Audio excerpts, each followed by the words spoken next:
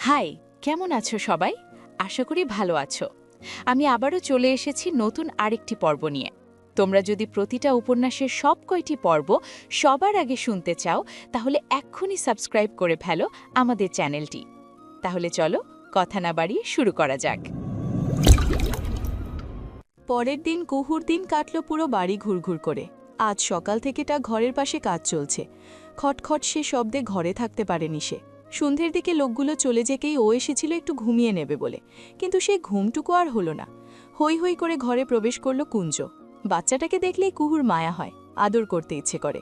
এই বাড়ির সব থেকে সরল মানুষটা কুঞ্জ। ওর মধ্যে বাকিদের মতন হিংসা নেই, নেই স্বার্থ। কুঞ্জ এসে গাল ভরাট করে হাসল। কুহুপু, কুহুপু, দারুণ খবর আছে। দারুণ খবর? হুম, মাথা কাত করে জানালো কুঞ্জ। কুহু হাসল, বলল, কি খবর রে কুঞ্জ? তোর জন্য কোনো মেয়েটে এলো নাকি রে?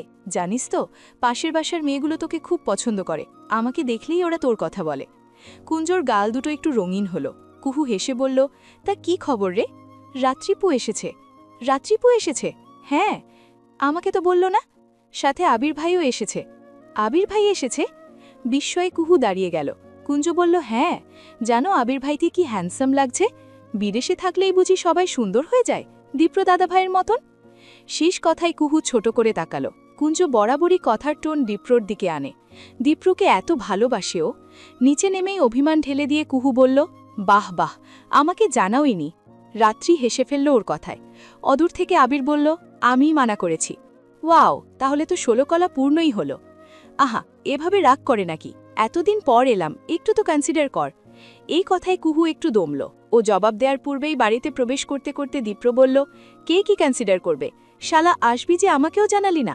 দীপ্র আর আবির মুখোমুখি হলো। হেসে দীপ্রকে জড়িয়ে ধরল আবির। ভাই, তোদের সারপ্রাইজ দেবার জন্য বলিনি, রাগ করিস না। আচ্ছা, রাগ করলাম না, কি খবর বল? চলছে বেশ ভালো। ফুপু ফুপা এলো না? প্রশ্নটা রাত্রির দিকে চেয়ে করল দীপ্র। রাত্রি তখন কুহুর সাথে দাঁড়ানো। কাল আসবে, আজ বাসায় গেস্ট আছে। ভাইয়ার তর সইছিল না, তাই চলে এলাম আজই। ভালোই হয়েছে, জমিয়ে গল্প করা যাবে। বলে হাসল দীপ্র। কুহু এদিকেই চেয়েছিল, আনমনেই চেয়েছিল। দীপ্রর হাসিখানা সুন্দর, কেন যেন ওর চোখে লাগল। ও নজর ফিরিয়ে নিতেই কণা এসে পাশে দাঁড়ালো। ফিসফিস করে বলল, আবির ভাইকে দারুণ লাগছে রে আপু। তুই দীপ্র ভাইকে না চাইলে অন্তত আবির ভাইকে ট্রাই কর না প্লিজ। আয়ন আপুকে আমি একদমই ভরসা করি না, কখন না আবার আবির ভাইকে ধরে টানাটানি শুরু করে। পাশেই ছিল রাত্রি। ওর কথা শুনতে পেয়ে মুখ টিপে হাসল। কুহু ধমকের সুরে বলল, তোর মাথায় সবসময় এগুলোই ঘোরে? ভাইয়াকে সাইয়া বানানোর ইচ্ছে আমার নেই, তুই ট্রাই কর। হ্যাঁ রে কণা, চাইলে ট্রাই করতে পারিস, আমার ভাই কিন্তু সুন্দর। বলে পুনরায় হাসল রাত্রি। কণা হতাশার মতন করে বলল, ছোট বলে চান্স নিতে পারছি না, বড় হলে ঠিক ঠিক ট্রাই করতাম। ওদের কথার মাঝে আগমন হলো আয়নার। ও এসেই ঢং শুরু করল। আবির বলল, বাপরে, আয়নাকে তো চেনাই যাচ্ছে না, পুরোপুরি গ্রামের মেয়ে হয়ে গিয়েছিস রে। আয়নার গায়ে সালোয়ার কমিজ ছিল, আজই পরা হয়েছে। গ্রামের মেয়ে কথাটা শুনে আয়না নাক ছিটকাল। ছি, গ্রামের মেয়ে? সত্যি গ্রামের মেয়ে লাগছে আমাকে? ওর ছি বলার ধরনটা সবারই চোখে লাগল। ও নিজেও বোধহয় বিষয়টা বুঝতে পারল। পরিস্থিতি বদলের প্রয়াসে বলল, না মানে, আমাকে গ্রামের মেয়ে লাগবে এটা ভাবতেই কেমন যেন লাগছে। গ্রামের মেয়ে কি খারাপ হয় নাকি আয়না আপু? ফট করেই বলে ফেলল কণা। আয়নার এক রাশ বিরক্ত হলো। একটু চিবিয়ে চিবিয়ে বলল, তুই কি ঝগড়া করতে চাস কণা? আমি সেরকম কিছু মিন করে তো বলিনি, তোমার কথার ধরনেই তো বোঝা যায়। আয়নার রাগ হলো, ইচ্ছে হলো ঠাস করে মেয়েটাকে চর বসাতে। দীপ্র কণ্ঠের স্বর বদলে বলল, যে যার ঘরে যাও, ওরা মাত্র এসেছে, ফ্রেশ হোক, তারপর আড্ডা দেয়া যাবে। মায়ের কানের কাছে এসে ঘ্যান ঘ্যান করতে লাগলো আয়না। আবিদা বিশাল বিরক্ত। থামবে তুমি? থামবো কেন? কণাকে আমি আসলেই চর মারব, পরে আমাকে কিছু বলতে পারবে না। মারো, মানা করেছে কে? পরে দীপ্রকে হারালে কান্নাকাটি করতে আসবে না। এই এক জায়গাতেই আটকে যেতে হয় আয়নাকে। ওর কান্না পায়, রাগ হয়। ও ঠোঁট কামড়ে বলে, ওই মেয়েটা আমার সাথে এমন কেন করে? ওর সমস্যা কি? আমাকে দেখতে পারে না, একদমই না। তুমিও দেখতে পারো না, দুজনেই সমান সমান। তুমি আবার ওদের সাপোর্ট করছো? সাপোর্ট করছি না, বাস্তবতা দেখাচ্ছি। দেখতে চাই না এমন বাস্তবতা। আমি নিজের রাগ নিয়ন্ত্রণ করতে পারছি না, ভালো লাগে না, বলে চোখের পানি হাতের তালুতে মুছে নেয় আয়না। তারপর যেতে থাকে নিজের ঘরের দিকে।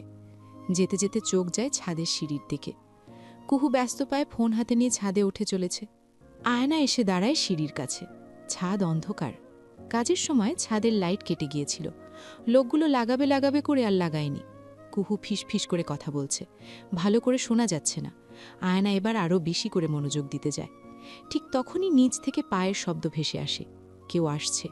ও সতর্ক হয়, অন্ধকারের মধ্যে লুকানোর জায়গা খুঁজতে থাকে। সিঁড়িতে বেশ কটা ড্রাম রাখা, চাল রাখা সেগুলোতে। উপায় না পেয়ে 2 ড্রামের মাঝে সংকীর্ণ যে খালি জায়গাটুকু সেখানেই লুকিয়ে পড়ে। অন্ধকার আর তাড়াহুড়োতে হাতে বেশ অনেকটা ব্যথাও লাগে। ছাদের দরজা চাপানো ছিল, তা খুলে রাত্রি এগিয়ে যায়। কুহু ওকে দেখে বলে ওঠে, ঝামেলায় পড়েছি রাত্রিপু, বড় ঝামেলায় পড়েছি। রাত্রির চোখ মুখে চিন্তার ছাপ। আয়ানা খালি জায়গা থেকে বের হয়ে আসে। হাতে অনেকটা ব্যথা পেয়েছে। ও ঠোঁট কামড়ে সামনের দিকে এগোয়। তুই এমনভাবে ঘামছিস কেন? রাত্রিপু, রাত্রিপু। কুহুর কণ্ঠ কাঁপছে। রাত্রি ওর বাহু টেনে ধরে। কুহু, সব ঠিক আছে? আমার ভয় লাগছে রাত্রিপু, ভয় লাগছে আমার। ভয় কেন লাগছে? কি হয়েছে বোন? কুহুর গলাটা শুকিয়ে আসে। ও কেঁদে ফেলে শব্দ করে। রাত্রি 2 হাতে মেয়েটিকে জাপটে ধরে। ভয় পাচ্ছিস কেন কুহু? বল আমায়, কি হয়েছে? বল কি হয়েছে? তুমিও আমাকে ভুল বুঝবে। আমি খারাপ রাত্রিপু, আমি খারাপ। কাঁদতে থাকে কুহু। রাত্রি বুঝে না কি বলবে। এভাবে না কথা শুনে কোনো মন্তব্যও করতে পারছে না। ভুল কেন বুঝবো? তুই বল না কি হয়েছে, কি করেছিস? কুহুর গলা শুকিয়ে আসে। ও শুকনো ঢোক গিলে বলে, সায়ের, সায়ের আমাকে মেরে ফেলবে আমায়। ছেলেটা সম্পর্কে জানে রাত্রি। ও ভ্রু কুঞ্চিত করে বলে, ও সমস্যা কি? পাগল হয়ে গিয়েছে, সম্পর্ক না করলে বাড়িতে সব বলে দেবে। কি বলবে? এবার কুহুর কান্নাটা আরও বেড়ে গেল। ওর কান্নাটা রাত্রিকে ভাবিয়ে তুলল। রাত্রি ভয়ার্ত গলায় বলল, কি ভুল করেছিস কুহু? পালাতে চেয়েছিলাম রাত্রিপু, পালাতে চেয়েছিলাম আমি। সহসাই কথাটা বলে ফেলল কুহু। রাত্রি বিস্ময়ে কথা হারিয়ে ফেলল। কুহু কান্নায় ভেঙে পড়ল, বসে পড়ল মেঝেতে। রাত্রে কি বলবে বুঝতে পারছে না। এত বড় একটা সত্য কুহু লুকিয়ে রেখেছিল। ওর খুব রাগ হলো এবার। ও কুহুকে 2 হাতে চেপে ধরে বলল, যদি এমনটাই হয়ে থাকে তবে সবসময় দীপ্র ভাইকে দোষারোপ কেন করেছিস কুহু? কুহু কান্না মিশ্রিত সুরে বলে, আমি তাকে সরাসরি দোষারোপ কখনো করিনি রাত্রিপু। করিসনি? এটা কিভাবে বলতে পারিস? সেই ঘটনার জন্য দীপ্র ভাইকে কম সহ্য করতে হয়েছে কি? অথচ তোর তো খুশি হওয়ার কথা। কুহু কান্না থামায়, তবে চোখ দুটো ভেজা। সে আমাকে অপমান করে বিয়েটা ভেঙেছে। আর তুই যে পালিয়ে যেতে চেয়েছিলি, সেটা দীপ্র ভাইকে অপমান করা হতো না? কুহু জবাব দিতে পারে না। হ্যাঁ হতো, অবশ্যই হতো, কিন্তু সে তো পালায়নি, তাহলে দোষটা তার ঘাড়ে কেন আসবে? রাত্রি হতাশ হয়ে পড়ে। কুহু, এটা ঠিক হলো না। তুই নিজেই পালানোর জন্য তৈরি ছিলি। বিয়েটা না ভাঙলে অবশ্যই পালাতি, কি পালাতি না? হ্যাঁ পালাতাম, ঠোঁট কামড়ে জবাব দেয় কুহু। রাত্রির মাথাটা খালি খালি লাগছে। সবাই বাবার মৃত্যুর পর কেন দরদ দেখাতে আসছে রাত্রিপু? আমার বাবা বেঁচে থাকাকালীন কতটা কষ্ট করেছেন, তখন কেউ কেন আসেনি? বাবার মৃত্যুর পর সবাই লোক দেখানো দরদ দেখাচ্ছে, দয়া দেখাচ্ছে আমাদের। আমি এতিম হয়ে গিয়েছি বলে আমার ভরণ পোষণের দায়িত্ব নিচ্ছে। এসব তো দয়া রাত্রিপু। এই ব্যাপারে রাত্রি কথা বলতে পারল না। কুহুই বলল, আমার দোষ ছিল। একই দোষ তো দীপ্র ভাইও করেছেন, তবু তার থেকে বেশি আমাকে সইতে হচ্ছে না? আসলে ছেলেদের কখনোই দোষ হয় না, সব দোষ হয় মেয়েদের। আর সেই মেয়ে যদি আমার মতো নেতিম হয়, তাহলে তো কথাই নেই, সোনায় সোহাগা। আমি পালালে, বিয়ে ভাঙলে তখন আমার ওপর কেমন প্রভাব আসতো ভেবে দেখো তো। কিন্তু দীপ্র ভাই আমাকে ছোট করে অপমান করে বিয়ে ভাঙার পর তাকে কতটুকুই বা সইতে হচ্ছে। কুহুর মুখ থেকে শুধুই কথা আসছে। রাত্রি ফোঁস করে দম ফেলল। কিন্তু তুই তো বিয়ে করতে চাসনি, পালানোর প্ল্যানও করেছিলিস। করেছিলাম, তাহলে দীপ্র ভাইকে দোষ দিচ্ছিস কেন? দোষ দিচ্ছি না, আমি বাস্তবতা দেখাচ্ছি রাত্রিপু। আমার দোষ ছিল, কিন্তু দীপ্র ভাইয়ের কি দোষ নেই? রাত্রি মৌন হয়ে গেল। কুহুর 2 চোখ থেকে পানি নেমে যাচ্ছে, যেন আজ চোখের জলেই সাগর হয়ে যাবে। আরে বা, তাহলে এই ব্যাপার? ফট করেই দরজার ওপাশ থেকে বেরিয়ে এলো আয়ানা। কুহুর বুকটা ধিম ধিম করে উঠল। রাত্রি ভ্রু কুঞ্চিত করে বলল, তুই এখানে কি করছিস আয়ানা? লুকিয়ে আমাদের কথা শুনছিলি? হ্যাঁ রাত্রিপু, শুনছিলামই তো। না শুনলে তো এত বড় সত্য জানাই হতো না। কুহু মাছ থেকে বলল, আয়নাপু দেখো বিষয়টা। কি দেখব? তুই এত বড় সত্য লুকিয়ে রেখে নেকু সেজে থাকিস, সেসবই দেখব? আয়ানা, আমাকে থামাতে পারবে না রাত্রিপু, একদমই পারবে না। আমার কথা শোনো আয়নাপু, তুমি কিন্তু চুপ, একদম চুপ। তোদের 2 বোনের ন্যাকামি শেষ আমি করবই। বেয়াদব কোথাকার, ভেতরে ভেতরে এত কিছু করে সবার কাছে মহান সাজা। আয়নার হাতটা ধরতে গিয়েছিল কুহু, কিন্তু পারল না। আয়না ফট করেই পা বাড়িয়ে চলে গেল। কুহু অসহায় হয়ে পড়ল। অন্ধকারের মধ্যে রাত্রিকেও ভীষণ অসহায় দেখালো। ও আসলেই বুঝতে পারল না কি করা উচিত। আবির দীপ্র একসাথে বসে আড্ডা দিচ্ছিল। ওমন সময় আয়নাকে আসতে দেখা গেল। হনহন করে এসেছে সে। দীপ্র দাদা ভাই। ওর কণ্ঠে দুজনেই তাকালো। দীপ্রর ভ্রু কুঞ্চিত হলো। আয়না হাঁপিয়ে গেছে একদম। কুহু কত শেয়ানা তুমি জানো? একদম দীপ্রর বরাবর এসে দাঁড়ালো আয়ানা। আবির কাহিনী না বুঝে চেয়ে আছে। দীপ্রর বাহুখানা স্পর্শ করল আয়ানা। তুমি জানোই না কুহু, বিয়ের দিন ঠিক সে সময় দোতলার করিডর দিয়ে আসতে দেখা গেল কুহুকে। ওর পেছন পেছন আসছে রাত্রি। কুহুর দু চোখে জল টইটই করছে। আয়ানা তাকালো। নেকু মেয়ে, ন্যাকামি শেষ নেই। এই পর্যায়ে দীপ্র বলল, আর একটা কথাও না আয়ানা? তুমি শোনো কথাটা। কুহু আসলে বিয়েটা। দীপ্র দোতলা থেকে দৃষ্টি ফেরালো আয়ানার দিকে। কঠিন সুলে বলল, চুপ করতে বলেছি আয়ানা, আর একটা কথাও না। দাদাভাই তুমি জানোই না ও আসলে। আমি জানি আয়ানা, এ ব্যাপারে কোনো কথা চাচ্ছি না। আয়ানা অবিশ্বাস ভরা চোখে তাকালো। দীপ্র নিচু সুরে বলল, এই টপিক এখানেই শেষ, কোথাও যেন না যায়, মনে থাকবে? আয়ানা কথা বলতে পারল না। ও পিছিয়ে গেল এক পা, দু চোখ ভরা অবিশ্বাস। কুহু সিঁড়ি দিয়ে নেমে এসেছে। ওর দুটো চোখে জল থই থই করছে।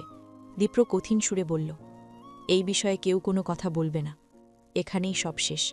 যদি কেউ বলো তো আমার থেকে খারাপ কেউ হবে না। আশা করি এইটুকু সম্মান আমাকে দেওয়া হবে। কুহুর শরীর কাঁপছে। সে রাতের খাবার খেতে যেতে পারেনি। ওর সাহস হয়নি। দীপ্রভাইক্সকে বাঁচালো। এটাও কি দয়া? হয়তো হ্যাঁ, কিংবা না। ওর ফোনটা তখন থেকে বেজে চলেছে। ও রিসিভ করছে না। ওর দুটো চোখ বেয়ে সমানে নোনা জল নেমে যাচ্ছে। শুকনো একটি ঢোক গিলল ও। হাতের তালুতে গাল মোছার প্রয়াস করল, কিন্তু লাভ হলো কি? হলো না। পুনরায় গাল ভিজে গেল। সায়ের লিখেছে, কুহু আমি সরি রে, আমি সরি। আমি রাগের মাথায় ওসব বলে ফেলেছি, আর বলবো না। আর তুই টেনশন করিস না, আমি কোথাও কিছু বলবো না। মেসেজটা কয়েকবার পড়ল কুহু, তারপর সায়ের নাম্বারে ডায়াল করল। একটা সেকেন্ডও লাগেনি রিসিভ করতে। সায়ের একই ভঙ্গিতে সরি বলতে বলতে বলল, দোস্ত আমি বলবো না, কাউকে বলবো না বিষয়টা, তুই প্লিজ মাফ কর আমায়। সবাই সব কিছু জেনে যাবে সায়ের। আরে না পাগল, আমি তো বললামই কোথাও বলবো না। তোর বলতে হবে না, তোর হয়ে অন্য একজনই এই কাজ করে দেবে। থ্যাংক ইউ রে, আমার অসহায়ত্বের সুযোগ নিয়ে এভাবে শেষ করার জন্য। Thank you so much. বলে কল কাটল কুহু। সায়ের বারবার হ্যালো হ্যালো করল, কল করার চেষ্টা করল, কিন্তু লাভ হলো না। কুহু তাকে ব্লক করে দিয়েছে। রাত্রি এসে বসল কুহুর পাশে। কুহু কথা বলল না, নড়ল না, মেঝেতেই বসে রইল। রাত্রি কুহুর মাথায় হাত বুলিয়ে বলল, যা হবার হয়েছে কুহু, আমরা আর এটা নিয়ে ভাবব না। আয়নাকেও নিষেধ করা হয়েছে, তুই টেনশন করিস না। কুহুর গলাটা ধরা, কথা আসতে চাইছে না।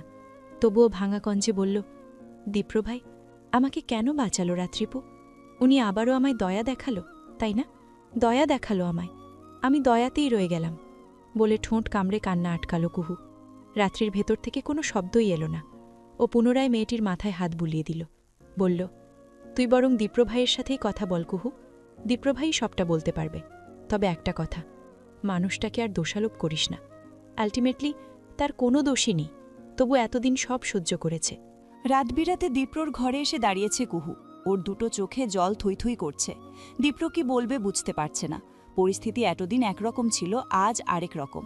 ও অনেকটা দ্বিধা নিয়ে বলল, সকালে কথা হবে কুহু, এখন ঘুমাতে যা। কুহু নড়ল না।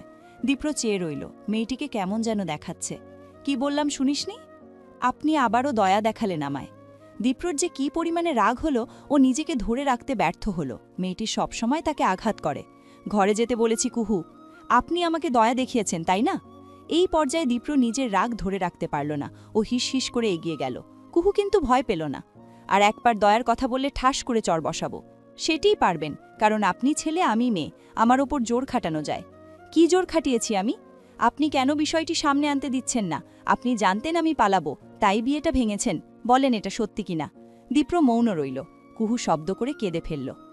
আমাকে আদৌ আপনি বাঁচালেন নাকি মেরে ফেললেন আমি নিজেও বুঝতে পারছি না দীপ্র ভাই। আমি দয়া নিয়ে বাঁচতে চাই না দয়া নিয়ে বাঁচতে। এইবার দীপ্র শান্ত হলো। ও দম ফেলে বলল, সেটির জন্য আমার সাথে কথা বলা উচিত ছিল না কুহু। বিয়েতে তোর পুরো মত ছিল না। তোর মতের বিরুদ্ধে গিয়ে বিয়েটা এমনিতেও হতো না। কিন্তু তুই একটাবার আমাকে বলেছিস? বলিসনি তো। উল্টো আমাকে ছোট করতে চেয়েছিলি, বিয়ে ভেঙে পালাতে চেয়েছিলি, অপমান করতে চেয়েছিলি, তাই না? ঠিক তাই, কুহু তাই চেয়েছিল বিয়েটা ভাঙতে, এই স্বার্থপর মানুষগুলোকে অপমান করতে, কিন্তু সেই পরিকল্পনা সফল হওয়ার পূর্বেই বিষয়টা ঘুরে যায়। দীপ্র নিজ থেকেই বিয়েটা ভেঙে দেয়, ফলে উল্টোভাবে কুহুরই অপমান হয়ে যায়।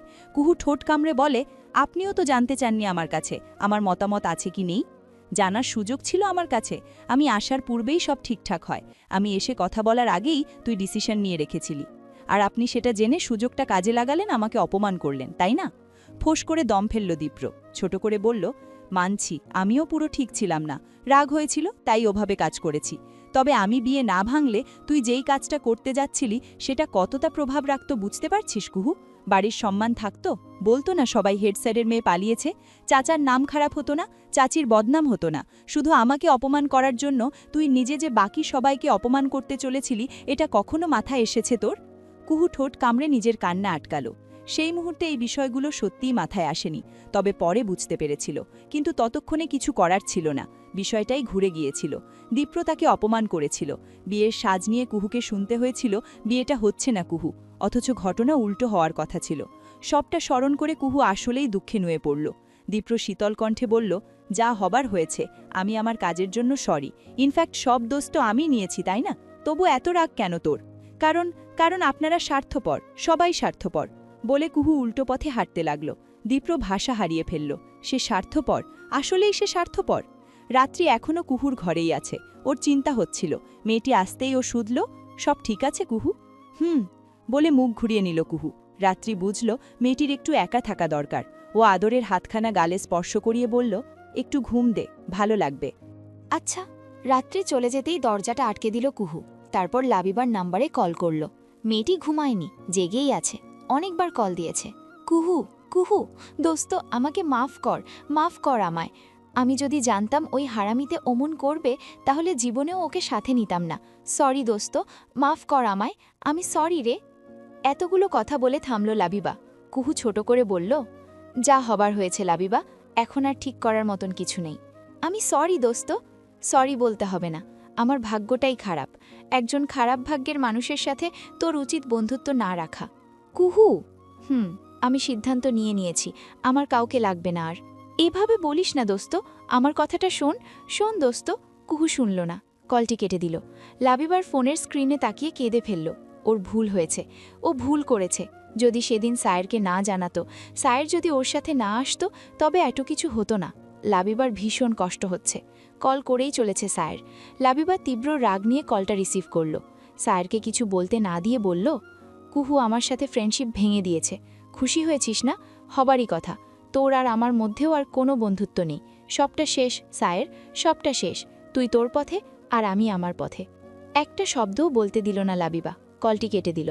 সায়ের হতভম্ব হয়ে গেল। রাগের মাথায় সে বলেছিল ঘটনা কুহুর বাসায় জানিয়ে দেবে, পরে নিজের ভুলটিও বুঝেছিল। কিন্তু এতে লাভ হলো কি? কোনো লাভই হলো না। একটা রাগ থেকে বলা কথায় এভাবে বন্ধুত্ব নষ্ট হয়ে গেল। সায়েরের খুব খারাপ লাগলো, নিজের ওপর রাগ হলো। কেন অমন কথা বলেছিল সে? ওর জন্য সবটা আজ শেষ হয়ে গেল, একদম শেষ হয়ে গেল। সমস্ত রাত ঘুম নেই কুহুর, মেঝেতে বসে কাটালো। এখন ভোর হয়ে গিয়েছে। গত রাতে জানালা লাগানো হয়নি। আলো এসে ঘরে পৌঁছল। সেই সাথে মোরগের ডাক ও সদর দরজার বেল বেজে উঠল। একটু বাদেই শুরু হলো খটখট আওয়াজ। বাড়ি মেরামতের কাজ করছে মজুররা। শব্দটা এত বাজে লাগে কুহুর, ওর ইচ্ছে করল ছুটে গিয়ে বলতে আজ কোনো কাজ হবে না, কিন্তু সে উপায় যে নেই। ও ফোঁস করে দম ফেলল। এ ঘরে থাকা যাবে না। কুহু উঠে পড়ল। শরীর নড়তে চাচ্ছে না, শক্তি পাচ্ছে না। করিডোর পেরিয়ে নিচে আসতেই আয়নার সাথে চোখাচোখি হলো। আয়না খুব ভোরবেলায় উঠেছে। ইদানিং সে শরীর চর্চায় মনোযোগ দিয়েছে। কুহুকে দেখেই বাঁকা হাসল। তিরস্কার পেয়ে কুহুর মনটা বিষাদে ভরে উঠল। ও ঝামেলা না করে 1 কাপ চা বানাতে রান্নাঘরের দিকে এগোচ্ছিল। অমন সময় আয়না বলল, শ্যানা আছিস ভালোই। কুহু ঢোক গিলল, ঠোঁট কামড়ে নিজেকে শান্ত করল। সামনে আগাতে যেতেই আয়না বলে উঠল, বেশি বাড়াবাড়ি করলে সব কথা সবার কানে চালান করে দেব। অন্যান্য দিনের থেকে আয়নার কণ্ঠে আজ ঘৃণা বেশি, আছে গৌরবও। কুহু এবার পেছন ফিরল। ওর চুলগুলো এখনও অনেকটাই এলোমেলো। ভয় দেখাচ্ছ আয়নাপু? না, ভয় দেখাচ্ছি না, তবে সতর্ক করলাম। শোন কুহু। একটু থামল আয়না, চারপাশে চোখ বুলিয়ে 1 পা এগোলো। চিবিয়ে চিবিয়ে নিচু সুরে বলল, দীপ্র দাদাভাইয়ের থেকে দূরে থাকবি, না হলে আমার থেকে খারাপ কেউ হবে না। তার প্রতি আমার কোনো আগ্রহ নেই আয়নাপু, এটা জেনে বুঝে একথার মানে দেখি না। তোকে ভরসা করি না। কুহুর বড় হাসি পেল। ও একটু তিরস্কারের সুরে বলল, আজ যদি আমি চাইতাম তাহলে তুমি যে বিষয় নিয়ে ভয় দেখাচ্ছ তার ধারে কাছেও আসতে পারতে না। দীপ্র ভাইকে আজ যেভাবে চাচ্ছ তার নাম নিতেও দুবার ভাবতে হতো, না হলে জীব। বিস্ফোরণ নিয়ে তাকালো আয়না। কুহু শুকনো একটা ঢোক গিলল। শরীরটা বড় ক্লান্ত লাগছে, চা দরকার, 1 কাপ ধোঁয়া ওঠা চা। আয়নার সমস্ত শরীর জ্বলে উঠল। কুহু মাত্র কি বলে গেল সেটা ভাবতেই ওর মাথায় আগুন জ্বলে যাচ্ছে। ও ঘরময় পায়চারি করতে করতে পৌঁছালো মায়ের কক্ষে। মাথা ঠিক নেই, মা ঘুমিয়ে আছেন। ও ডেকে তুলল, আবিদা বিরক্তি নিয়ে মেয়ের দিকে তাকিয়ে। ঘটনা বলতে গিয়ে আয়নার মনে পড়ল দীপ্র দাদাভাইয়ের কথা। সে মানা করেছে কথা পাঁচকান করতে। যদি বিষয়টা সে এখনই বলে দেয় তবে দীপ্র দাদাভাইয়ের চোখে খারাপ হতে হবে। এটা কিছুতেই হতে দেয়া যাবে না। মেয়ের থমধারা দেখে আবিদা ধমকে উঠলেন, কথা বলিস না কেন? সকাল সকাল কি শুরু করলি? না কিছু না, ঘুমাও। তিনি তাজ্জব বনে গেলেন। আয়না অলস পায়ে বেরিয়ে এলো। ভাবতে লাগলো সামনেটা নিয়ে। কুহুকে সে যতটা সহজভাবে নিয়েছিল মেয়েটি অতটাও সহজ নয়। ও ভেতরে ভেতরে বড্ড শিয়ানা। সকালের নাস্তার টেবিলে দুজন নতুন মানুষের আগমন হলো। নতুন বলতে এরা বাড়িরই সদস্য, তবে দীর্ঘদিন পর আসা। রাত্রির বাবা আর মা। মোটামুটি উৎসব লেগে যাওয়ার মতন অবস্থা হলো। দীপ্তর ফুপি সালমা বললেন, কতদিন পর সবাই আমরা, শুধু ছোট ভাবি। বলে থামলেন তিনি। কুহুর দিকে চেয়ে বললেন, এই কুহু, ভাবি কবে আসবেন? কুহু ঠিকভাবে বলতে পারল না। দাদিজান এমনিতে ঘরে খাওয়া দাওয়া করলেও আজ এসেছেন টেবিলে। অনেকটা চাঙ্গা দেখাচ্ছে তাকে। কাজ শেষ করে আসতে বলেছি, যা ঝড় যাচ্ছে ছোট বউয়ের ওপর। আম্মা, ভাবি চাইলে কিন্তু সবটা সুন্দর হতে পারত, কিছু জমি বিক্রি করলেই তো হয়। এ কথা বলতেই বৃদ্ধা একটু চটে গিয়ে বললেন, যেটুকু আছে তাও শেষ করুক, বংশের কিছুই আর না থাকুক। সালমা একটু দমে গেলেন। অতীতে ভাইরা যখন সম্পত্তি ভাগাভাগি করল তখন সেও ভাগ পেয়েছে। উপায় না পেয়ে ভাইদের সাথে বিক্রি করেছে। তবে 2 ভাইয়ের মতন স্বার্থপর ছিলেন না তিনি। নিয়মিত ছোট ভাইয়ের সাথে যোগাযোগ ছিল তার। বাড়ির খোঁজ খবর নিয়েছেন সবসময়। সালমা ছোট করে বললেন, দুঃখিত আম্মা, আসলে এই পরিস্থিতি তো নেওয়া যাচ্ছে না। আমার 2 ভাতিজির ভবিষ্যৎ আছে না? অলবত আছে, আল্লাহ যা রেখেছেন ভাগ্যে তাই হবে। তোমার ছোট ভাই ঐতিহ্য ধরে রেখেছে। এতিমখানা, মাদ্রাসা চালিয়ে এসেছে বছরের পর বছর ধরে। স্কুলটা নিজ হাতে গড়ে তুলেছে। তার সেই কষ্টে গড়া সবকিছু এভাবে তো শেষ করতে পারি না আমরা। প্রয়োজনে বলে একটু থামলেন, বললেন না কিছুই। খাওয়া দাওয়ার পর্ব শেষ হলো। বৃদ্ধাকে ঘরে পৌঁছে দিল আবির। খবর কি ভাই? খবর তো ভালো নানিজান। এবার বিয়ে টিয়ে করবে তো, নাকি সে চিন্তা নাই? চিন্তা তো আছে, আপনি যদি ব্যবস্থা করেন। বলেই আবির হাসল। বৃদ্ধা হেসে বললেন, তা ভালো, মরার আগে অন্তত এক নাতির বউ দেখে যাই। এভাবে বলছেন কেন? আল্লাহ আপনার অনেক হায়াত দান করুন। দরজার কাছ থেকে আমিন পাঠ করল আয়না। ওকে দেখে হাসল আবির। দাদি জানেন অনেক হায়াত হোক। আরে আর কত, এত হায়াত দিয়ে হবেই বাকি। সবাইকে একসাথে দেখতে পারলাম, এখন মরেও শান্তি। তবে এর আগে যদি নাতি বউ দেখে যেতে পারি। নাতি বউ বলাতে আয়নার চোখ দুটো চকচক করে উঠল। ও উৎসাহ নিয়ে বলল, দীপ্র দাদা ভাইয়ের বউ। আর দীপ্র, ও চিন্তা বাদ, এখন আবিরের বউ দেখতে চাই। কথাখানা পছন্দ হলো না আয়ানার। কেন? দীপ্রর বউয়ের চিন্তা বাদ যাবে কেন? কুহু ছাড়া কি দীপ্রর যোগ্য আর কেউ নাই? ওকে কি চোখে পড়ে না কারো? সুন্দরী, শিক্ষিত, স্টাইলিশ, কোন দিকের কমতি তার? আড্ডা গল্পের কথা থাকলেও রাতে আসলে কিছুই হয়নি। আবিরের সাথে মাত্রই বসার সুযোগ হলো দীপ্রর। ওরা বসেছে বাড়ির ঠেক মাঝে। এই বাড়িটার মাঝ দিকটাই কিছুটা খোলা স্থানের মতন রয়েছে, আর তার চারপাশে জুড়ে করিডোর ও কক্ষগুলো। পুরাতন বাড়িগুলো যেমন হয়, মাঝের খালি অংশটায় চৌকি রাখা, সেখানেই বসেছে দুজন। কথা বলতে বলতে দীপ্র শুধালো, বিয়ে তাহলে এবার পাকা? ভাই, রিস্ক আছে। মেয়েটো রাজি, কিন্তু বাপজি বড্ড পাজে। আবিরের এহেন ছড়ায় হো হো করে উঠে পড়ল দীপ্র। চতুর্ভুজাকার করিডোর দিয়ে দৌড়ে এলো কুঞ্জ। এসে বসল ভাইদের মাঝে। আবির ওর চুলগুলো নাড়িয়ে দিয়ে বলল, কুঞ্জকে আগে বিয়ে দেব। আমার বিয়ের বয়স হয়েছে নাকি? কি বলিস, বিয়ের বয়স হয়নি? তোকে বিয়ে দিলে তুই বাপ হয়ে যাবি। কুঞ্জ বাচ্চা হলেও ওর লজ্জা লাগলো। ও ছুটে পালালো। দীপ্র হাসল। কুঞ্জর কথা বাদ, তোর বাপ হওয়ার সময় হয়েছে, বিয়েটা এবার কর। আবির কিছুটা হতাশ হলো। তার একটা প্রেমের সম্পর্ক আছে, 2 গ্রাম পরে। কিন্তু সমস্যা হলো মেয়েটার বাবা ভীষণ কঠোর। জামাই নির্বাচনে তারা 1000টা শর্ত রয়েছে, সেসব নিয়েই আবিরের যত ভয়। সারাদিনে একটা বারের জন্যেও দেখা হয়নি দীপ্র কুহুর। এবার হলো। কুহু তার গাছগুলোর পাশে বসা, হাঁটুতে গাল পেতে রাখা। দীপ্র শব্দহীনভাবে এসে দাঁড়ালো। কয়েক সেকেন্ড থেমে থেকে শুধালো, ভার্সিটি যাসনি? না। কেন? ইচ্ছে করছে না। কেন? জানি না। দীপ্র থমকে রইল। ক্ষণকাল ওভাবেই গেল। ছোট করে শ্বাস ফেলে ছেলেটি বলল, যা হবার তা তো হয়েছে কুহু, এবার সব ঠিক কর, পড়াশোনায় মন দে। কুহুর দু চোখ বেয়ে জল নেমে এলো। ও হাতের তালিতে মুছে নিয়ে বলল, এত দরদ কেন দেখাচ্ছেন? দরদ চেয়েছে আমি? দরদ দেখাচ্ছি না। আমি তোর ভালো চাই। খুব ভালো চেয়েছেন, এতই ভালো চেয়েছেন যে আজ আমার বন্ধুদের সাথেও সম্পর্ক শেষ করতে হলো। দীপ্র বিস্মিত হয়ে রইল। কুহুর খুব কান্না পাচ্ছে। চিৎকার করে কাঁদতে পারলে মনটা ভালো হতো। বন্ধুদের সাথে সম্পর্ক শেষ কেন করলি? আপনার জন্য। ওদের ভুলের কারণেই আপনার কাছে বিষয়গুলো গিয়েছে, আর আপনি সুযোগ নিয়ে আমাকে অপদস্থ করলেন। আর এখন তো আয়ান আপু। কথা শেষ করল না কুহু। দীপ্র ভ্রু কুঞ্চিত করে বলল, আয়ানা কি করেছে? কিছু না। ও বলে দিয়েছে? না। তাহলে? আমার মাথা ব্যথা করছে, আপনার সাথে কথা না বলি। বলে কুহু বসা থেকে উঠে গেল। ওর চুল খোপা করা ছিল, আলগা করে। দ্রুত বসা থেকে উঠে যাওয়ায় আলগা খোপা আরও আলগা হয়ে গেল। পিঠময় ছড়িয়ে পড়ল ঝলমলে চুলগুলো। বসার ঘরে একটা চমৎকার আবহাওয়া চলছে। আয়না নিজ হাতে রান্না করেছে। তার রান্নার প্রতি ইদানিং খুব আগ্রহ দেখা যাচ্ছে। সবাই প্রশংসা করে চলেছে। কুহুকে দেখেই আয়না সেসবের মাত্রা বাড়িয়ে দিল। সবাইকে আরও তোষামত করে খেতে বলল। সালমা বললেন, খাচ্ছি তো, তুই বস আরাম করে। ঘেমে নেমে এত কিছু করেছিস। তোমাদের জন্য এইটুকু করব না ফুপি? তা করবি? বস এখন। বসে টেনে বসিয়ে দিলেন তিনি। কুহু শুকনো ঢোক গিলল। ওর মনে পড়ল, একটা সময় খুব রান্নাবান্না করা হতো। বাবা স্কুল থেকে ফিরে এসে সব টেস্ট করতেন, প্রশংসা করতেন। সেই দিনগুলো হারিয়ে গিয়েছে। এই কুহু, ডাকলো আবির। কুহু ঘোর থেকে বেরিয়ে বলল, হ্যাঁ। সবাই খাচ্ছে, আয়না বানিয়েছে এসব, তুইও খা। কণা একটা ভাজা নিয়ে নাড়াচাড়া করছে। একদমই খেতে ইচ্ছে করছে না তার, অথচ ভীষণ পেটুক সে।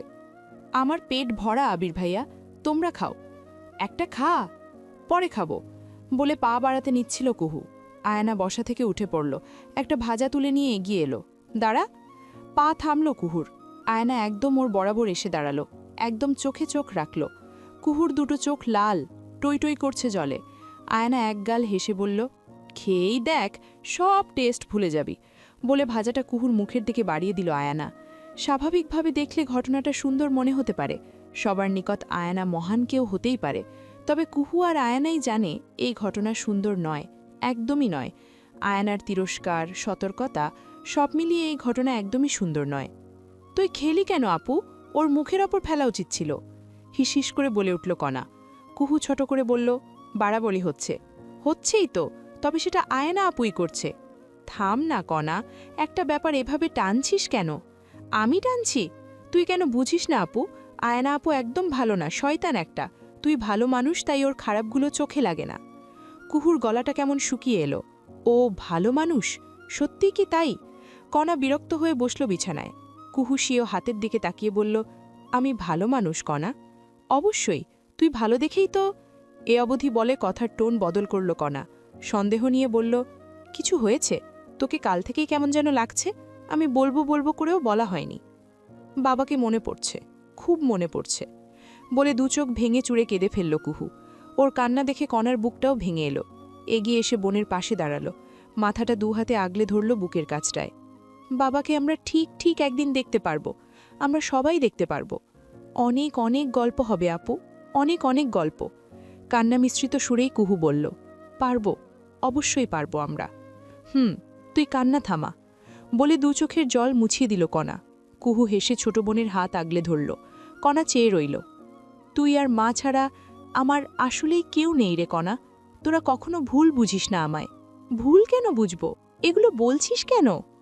এমনি বললাম, তোরা ছাড়া আমার যে কেউ নেই। আমারও তো কেউ নেই আপু, তুই আর মাই আছিস। দরজার কাছ থেকে দু বোনের এই দৃশ্যটি দেখলেন জেবা। ওনার ভেতরটা কেমন করে উঠল। নিজের ছেলের ওপর রাগ হলো। ছেলেটা বিয়ে ভেঙে দিয়ে মেয়ে দুটোকে আরও নিঃস্ব করে দিয়েছে। এখন বাকি কাউকেই ওরা আপন ভাবতে পারছে না। দীপ্র ট্রাউজারের পকেটে হাত রেখে জানালার দিকে তাকিয়েছিল। বাইরে থেকে চাঁদের এক ছটা আলো এসে পড়ছে ওর শরীরে। অমন সময় জেবা প্রবেশ করলেন।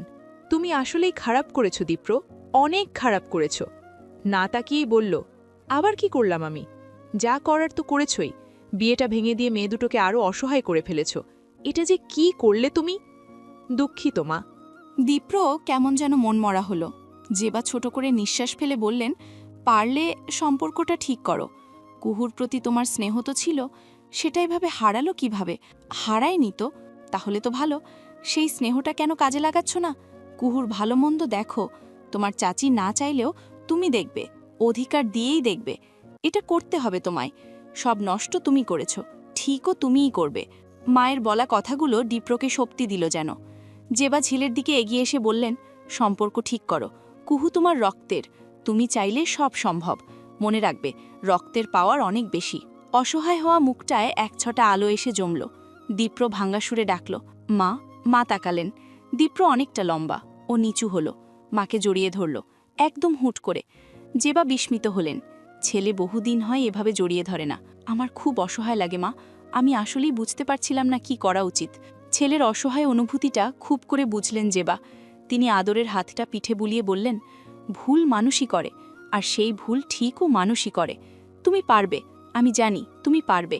আজ 2 দিন পর ভার্সিটি এসেছে কুহু। ওকে দেখেই অদূর থেকে ছুটে এলো লাবিবা। শোন কুহু, প্লিজ শোন। কিছু শোনার নেই লাবিবা, আমি সরি দোস্ত, আমি নিজেই তো ক্ষমা পাচ্ছি না, বলে কুহু তাকালো কষ্ট নিয়ে। লাবিবা এগিয়ে এসে ওর হাতটা চেপে ধরল। সরি দোস্ত, কসম, যদি জানতাম এমন হবে তাহলে মরে গেলে ওই শালা সায়েরকে সাথে নিতাম না। আমি আসলেই ভয় পাচ্ছিলাম।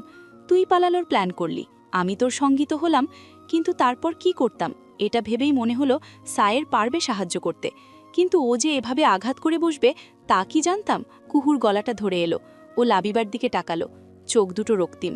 সায়েরের একটা হুমকিতে আমার সব শেষ হয়ে গেল।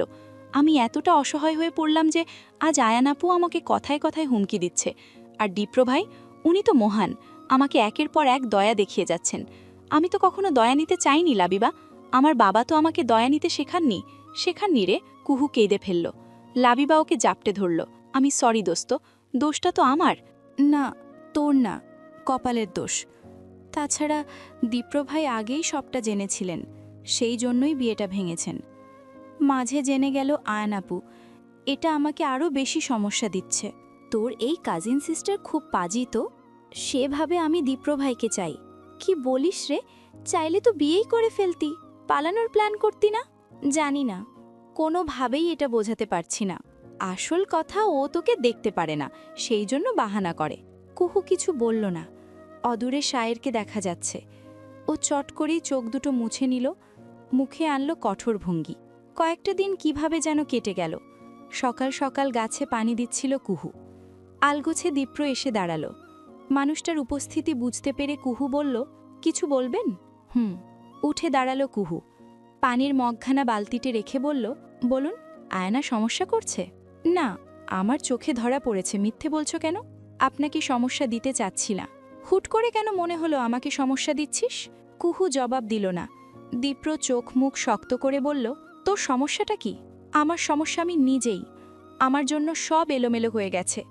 আমিই দোষ করেছি। দোষ করেও আপনাকে দোষারোপ করি। এখন কি করব বলেন? মরে যাব? এটাই বাকি, আর নিতে পারছি না, বলে কুহু পা বাড়িয়ে চলে গেল বাড়ির ভেতর। একটু দূরেই দাঁড়িয়েছিল রাত্রি। ও এসে দাঁড়ালো, থমথমে মুখশ্রী।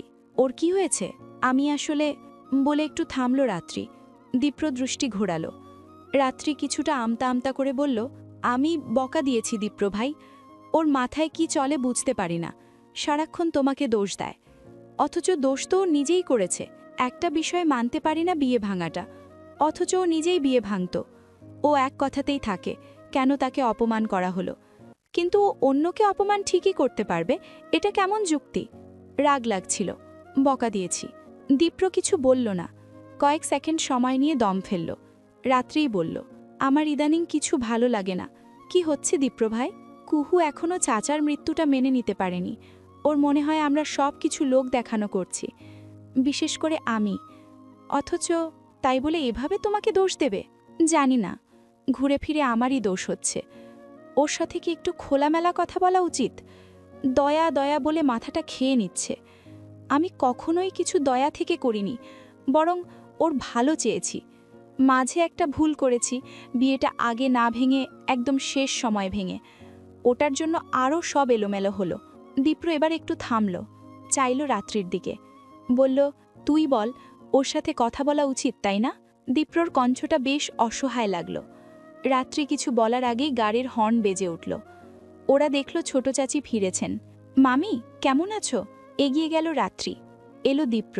ববিতা মলিন মুখে বলল, ভালো আছি রে, তোরা কেমন আছিস? ভালো। হাতের ব্যাগগুলো দাও। বলতেই রাত্রিকে থামিয়ে দীপ্র বলল, আমি নিচ্ছি। ব্যাগগুলো তুলে নিল দীপ্র, তবে মুখে কোনো কথা বলল না। ববিতাও আর কিছু বললেন না। ছোট ছোট পায়ে বাড়ির ভেতর প্রবেশ করলেন। মাকে দেখে এক প্রকার কেঁদেই ফেলল কণা। জড়িয়ে ধরে রইল অনেকক্ষণ। কুহু চাইলেও পারল না জড়িয়ে ধরতে। ওর কেমন অসহায় লাগলো, সেই সাথে অনেকটা ভয়ও লাগলো। পালিয়ে যাওয়ার বিষয়টা আয়ানা জানার পর থেকেই ওর মস্তিষ্ক ঠিকঠাক কাজ করছে না। মেয়েটির রোজ রোজ হুমকি শুনে সত্যিই ভয় কাজ করে। কুহু, এদিকে আয়। এগিয়ে এলো কুহু। ববিতা কন্যার মুখে হাত রাখলেন। এরই মধ্যে বাড়ির অন্যান্য সদস্যরাও চলে এলেন। পুরো বসার ঘর জমজমাট হয়ে গেল। সবাইকে এতদিন পর দেখে ববিতার কেমন একটা লাগলো। তিনি খুব একটা সময় থাকলেন না, চলে এলেন নিজের ঘরে। দুপুরের খাবার খেয়ে ববিতা এলেন শাশুড়ির কক্ষে। নারীটির মুখ দেখেই যা বোঝার বুঝে নিলেন বৃদ্ধা। ববিতা ঠোঁট কামড়ে বললেন, আমার কপালটাই খারাপ আম্মা, কপালটাই খারাপ। এতদিন ধরে ভাইদের জন্য অপেক্ষা করেছিলেন ববিতা, কিন্তু দিন শেষে লাভের লাভ কিছুই হয়নি। বোন সম্পত্তি নিবে একথা শুনেই যে যার আসল রূপ দেখিয়ে দিয়েছে। উপায় না পেয়ে বিচার বসিয়েছিলেন ববিতা। বৃদ্ধা ছোট করে নিঃশ্বাস ফেললেন। কান্নাকাটি করিও না ছোট বউ, আল্লাহ যা রেখেছেন কপালে। আমার সাথেই সবসময় এমন কেন হয় আম্মা?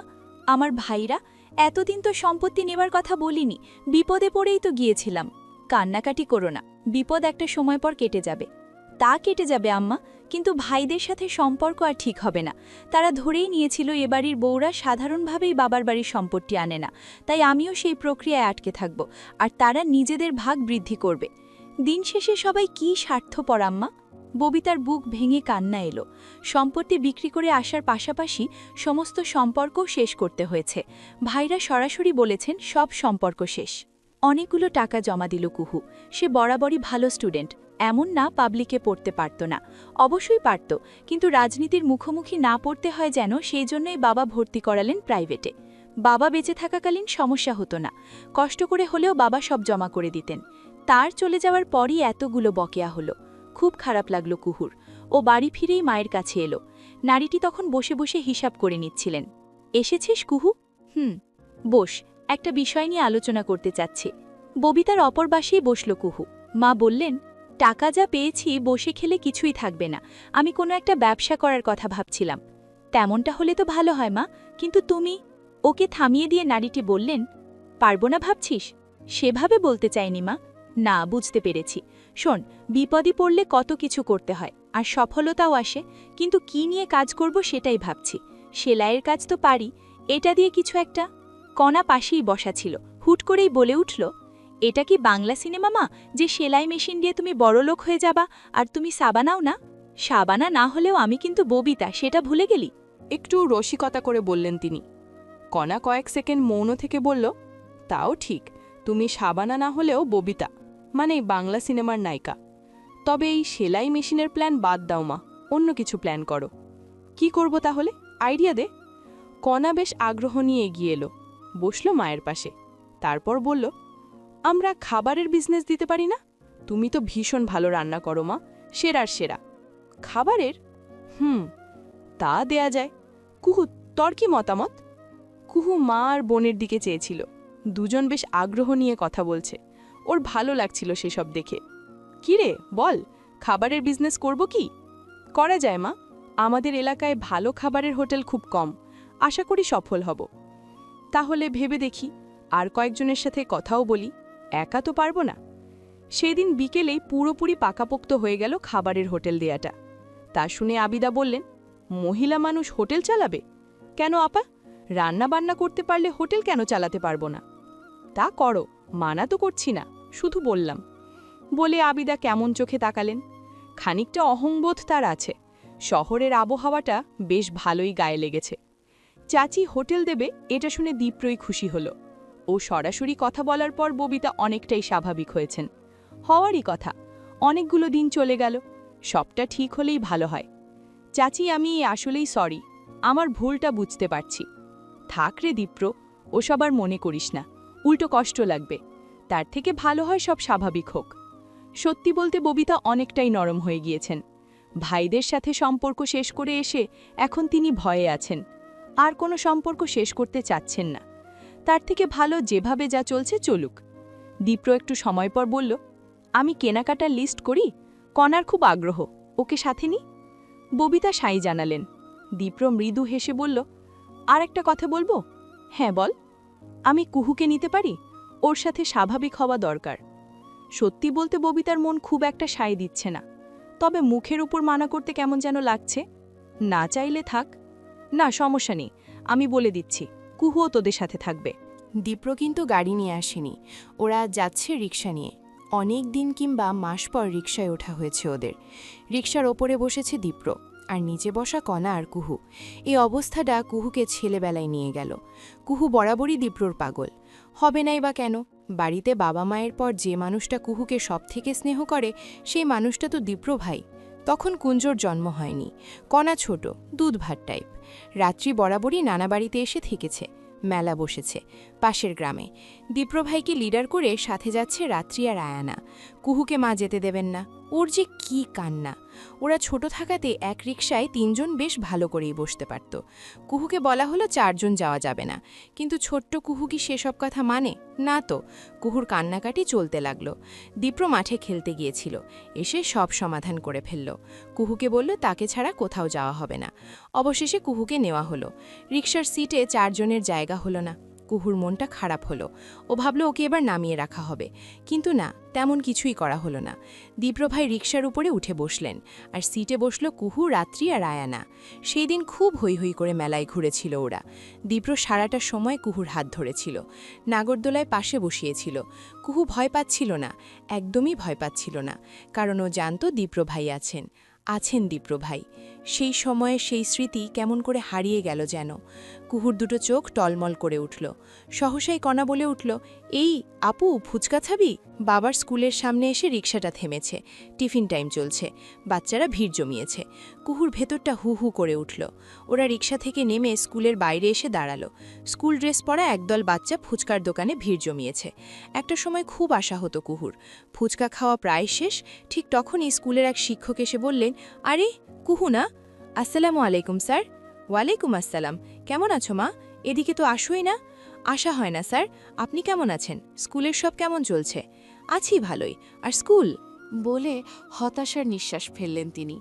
কুহু ছোট করে বলল, সব ঠিক আছে স্যার। আছে কোনো রকম। তোমার বাবার মৃত্যুর পর অনিয়মে ভরে গিয়েছে সবটা।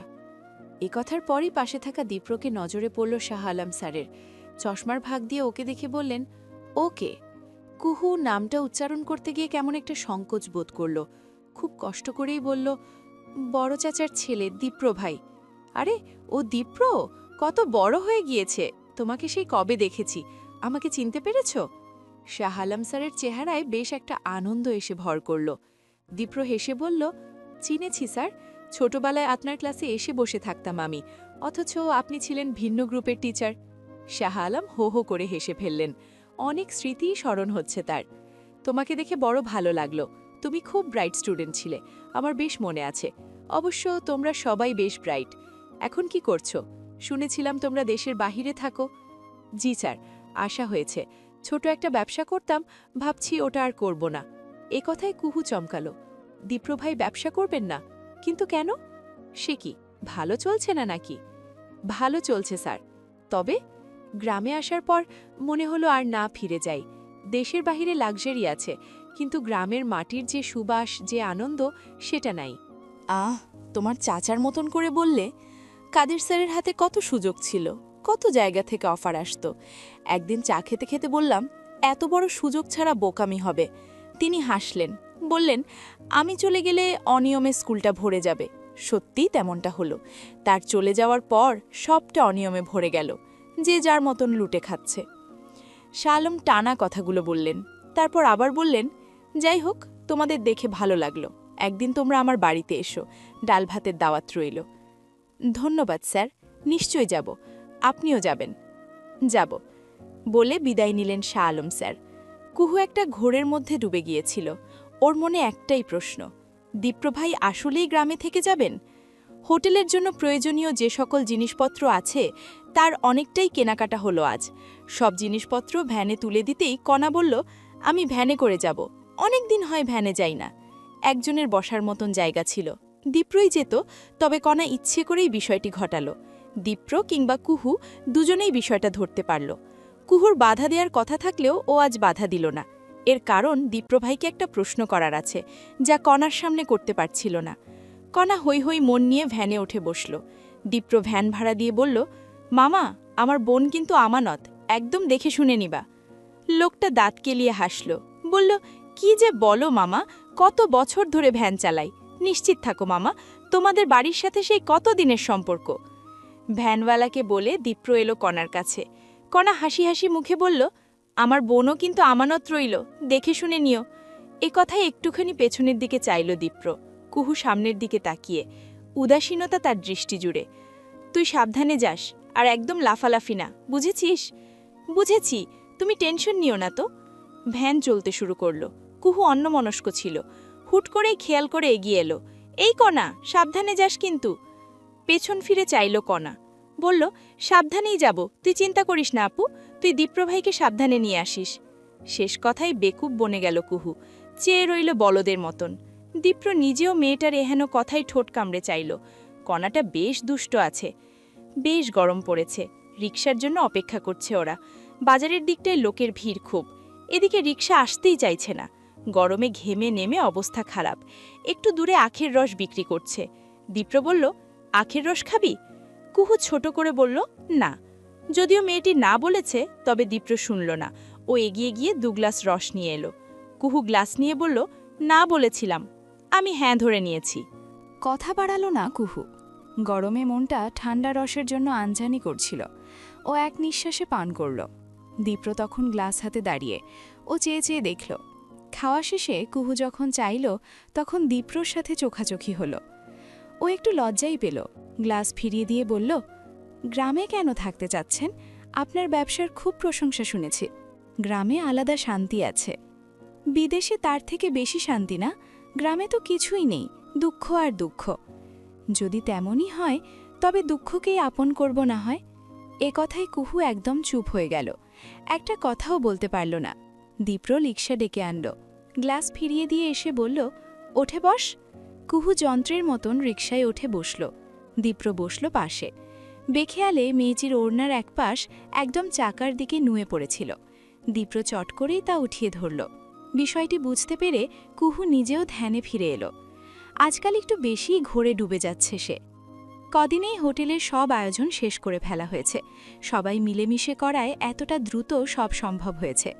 2 দিন পরই হোটেলের উদ্বোধন। ববিতা ভীষণ চিন্তায় আছেন, তাই এসেছেন শাশুড়ির কাছে। একটু কথা বলে যদি মন হালকা হয়। চিন্তা করো না ছোট বউ। চিন্তা তো হচ্ছেই আম্মা, এতগুলো টাকা দিয়ে হোটেল করা হলো, যদি ভালো সাড়া না পাই? পাবা, আলা আল্লো করো।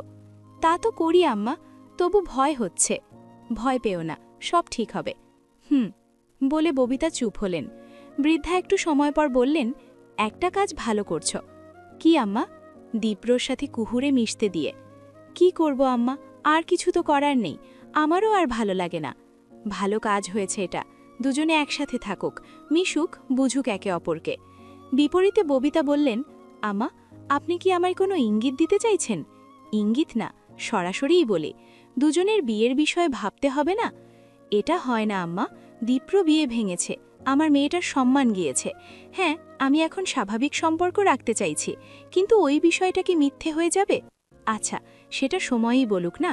ওরা দুজন যদি চায়, সেটা ভিন্ন আলাপ আম্মা, কিন্তু আমি আর আমার মেয়েকে জোর করব না, কোনো সিদ্ধান্ত চাপিয়েও দেব না। বলে ববিতা নিজের সিদ্ধান্ত জানালেন। কুহুর প্রতি একটা অন্যায় তিনি করে ফেলেছেন, সেটির জন্য রোজ হৃদয়ে ব্যথা অনুভব করেন তিনি। দীপ্র কুহুর একসাথে কাজ করাটা সবথেকে বেশি প্রভাব ফেলল আয়ানার ওপর। ও 2 দিন নিজের ঘরে কেঁদেছে, একদম চোখ লাল করা কান্না। বিষয়টি আবিদা যখন বুঝেছেন, তখনই স্বামীর সাথে আলাপ করেছেন। ওনার স্বামী সবটা শুনে একটা সিদ্ধান্ত নেবেন বলে জানিয়েছেন, কিন্তু হুট করেই সেই সিদ্ধান্তটা নেওয়া যায় না, একটু সময় প্রয়োজন। সেই সাথে প্রয়োজন বড় ভাইয়ের সাথে সম্পর্কের ঝালাই। আরও একটি বিষয়ও প্রয়োজন, সেই জন্যই এসেছেন তিনি, ভাইয়ের সাথে আলাপে বসেছেন। আনোয়ার বললেন, ভাইজান, কি ভাবলেন বিদেশে ফিরবেন এর মাঝে? ফেরার তো একটা ইচ্ছে আছে আনোয়ার, ওখানে সব ফেলে এসেছে, তবে দীপ্রর জন্য সিদ্ধান্ত নিতে পারছি না। কেন, ওর কি মতামত? ও দেশেই থাকতে চাচ্ছে, ব্যবসাটা করবে না বলেও স্থির করেছে। আনোয়ারের ভ্রু কুঞ্চিত হলো। একটু সময় নিয়ে তিনি বললেন, ওর ব্যবসার গ্রোথ তো খুব ভালো, এটা তো বোকামি হবে। তা তো আমিও ভাবি, দেখি কি করে। এখন আমিও সিদ্ধান্ত নিতে পারছি না। ছেলেটাকে এখানে রেখে যে ফিরব, সেটাও তো একটা চিন্তা। হাসলেন আনোয়ার, বললেন, কি যে বলেন ভাইজান, চিন্তা কিসের? এখানে আমি আছি, দীপ্রকে আমার ছেলে নয়? হ্যাঁ, তোরা তো আছিস, তবু ওকে নিয়ে চিন্তা হয়, আমার একটা মাত্র সন্তান। আনোয়ার আরও কিছু কথা বলে এলেন কক্ষে। সেখানে আগে থেকেই আবিদার সাথে আয়ানাও ছিল। বাবাকে দেখেই আয়ানা বলল, চাচুকে বিয়ের বিষয়ে বলেছ? এত তাড়া কিসের? তাড়া কিসের মানে? তুমি বুঝো না বাবা, কুহুর নজর দীপ্র দাদা ভাইয়ের ওপর। শোনো, এত দ্রুত চাইলেই বলা যাবে না, সম্পর্কটা আরেকটু মজবুত করতে দাও। আবার কিসের মজবুত? আবিদা, মেয়েকে সামলাও, ওর মাথা খারাপ হয়ে আছে। আমি যদি বিয়ের বিষয়ে বলি আর ভাইজান রাজি না হন, তখন কি হবে ভেবেছে ও? আবিদা মেয়ের দিকে চাইলেন, চোখের ইশারায় শাসন করে বললেন, তোর বাবার কথার গুরুত্ব বুঝতে পারছিস? আয়ানা জবাব দেয় না। ওর যে আর সহ্য হয় না, দীপ্র দাদাভাই কুহুকে সাথে নিয়ে এখানে ওখানে যাচ্ছে, আর ও সেসব চেয়ে চেয়ে দেখছে, কিচ্ছু করতে পারছে না। লম্বা একটা লিস্ট নিয়ে এসেছে দীপ্র। কুহু নিজের ঘরে। দীপ্র ঠকঠক আওয়াজ করে বলল, ঘরে তোই? কুহু বসা ছিল, দীপ্রকে দেখে দাঁড়িয়ে গিয়েছে। বস। এক পলক দেখে নিয়ে বলল দীপ্র। কুহু বসল। দীপ্র লিস্টে থাকা খাবারের নামগুলো বলে বলল, কোনো কিছু অ্যাড কাট হলে জানা। কুহু মেনুর লিস্ট হাতে নিল, ভালো মতন পড়ল, তারপর বলল, স্কুলের বাচ্চাদের জন্য আলাদা কিছু করার কথা মাথায় এসেছিল। মা কিছু হেলদি নাস্তা বানাতে পারে, ওগুলো যদি লাভ ছাড়া ওদের জন্য দেয়া যায় তাহলে ভালো হয়। এতদিন পর কুহুর মস্তিষ্ক ঠিকঠাক কাজ করতে পারছে। দীপ্র একটু সময় নিয়ে বলল, আইডিয়া ভালো, বাচ্চাদের জন্য সুবিধা হবে, কিন্তু হোটেল আর স্কুল বেশ খানিকটা দূরে, এটা কিন্তু সমস্যা। ওদের জন্য খাবার নিয়ে যাওয়ার ব্যবস্থা করা যেতে পারে। ক্যান্টিনের খাবার দিনকে দিন আরও খারাপ হয়েছে, মানহীন করে ফেলেছে। আমি জেনেছি বিষয়টা, তখনই মাথায় এসেছে ওদের জন্য কিছু করা গেলে ভালো হবে। ওকে, এটা আমি দেখছি, বাড়তি একটা লোক নিতে হবে। আচ্ছা, মেনুতে কিছু অ্যাড কাট করতে হবে? না, সব ঠিকঠাক। ওকে। দুজনের কথা ফুরালো। দীপ্র ওঠে যেতে নিলেই কুহু কিছু বলতে নিয়েও আটকে গেল। দীপ্র সেটি বুঝতে পারল, শুধল, কিছু বলবি? গলায় সে আটকে যাচ্ছে কথাগুলো। কুহু শুকনো ঢোক গিলে বলল, না। দীপ্র চলে যেতেই আগমন হলো আয়ানার। মেয়েটি বোধহয় এখানেই ঘুরঘুর করছিল, সুযোগ পেয়েই ঘরে প্রবেশ করল। বাহ, ভালোই তো, ঠেস দিয়ে বলল আয়ানা। কুহু একবার দেখে নিয়ে বিছানা ঠিক করায় ব্যস্ত হল। দীপ্র দাদাভাইকে পটানোর কোনো রকম উপায়ই তো বাদ দিচ্ছিস না কুহু। হাসি পেল কুহুর। সে পটাতে চাচ্ছে, এ কথার মতন যুক্তিহীন কথা বোধহয় দুটি নেই। আমি আগেও ক্লিয়ার করেছি আয়ানাপু, তোকে ভরসা তো করি না, তুই আর তোর বোন যা শেয়ানা। শেয়ানা তুমি কি কম? মুখের ওপর জবাব দিল কুহু। আয়ানা ঠোঁট কামড়ে বলল, ভালোই তো মুখ থেকে কথা বেরোচ্ছে আজকাল। মুখ থেকে কথা বের করা কি শুধু তোমার অধিকার? লেখা আছে নাকি কথাও? শোন কুহু, কিচ্ছু শুনতে চাচ্ছি না। যেচে পড়ে ঝগড়া করবে না আয়ানাপু। ভালো ব্যবহার করে এসেছি দেখে আরও বেশি পেয়ে বসেছ। তোর ভালো ব্যবহারের পেছনে যে মুখোশ আছে সেটা তো আমি জানি। জানো তো ভালো, যা ইচ্ছে করো। করব, ঠিকই করব, শুধু একবার সময় আসুক। একদম মুখের সামনে এসে কথাটা বলল আয়ানা। কুহু জবাব দিল না। আয়ানা এবার আঙুল উঁচু করে বলল, দীপ্র দাদা ভাইয়ের ওপর নজর দিস না, ফল ভালো হবে না। তুমি আমাকে ধৈর্য হারা করে দিচ্ছ আয়ানাপু।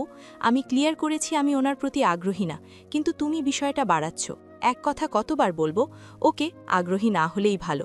এমনিতেও দীপ্র দাদা ভাইয়ের সাথে আমার বিয়ে নিয়ে কথা চলছে।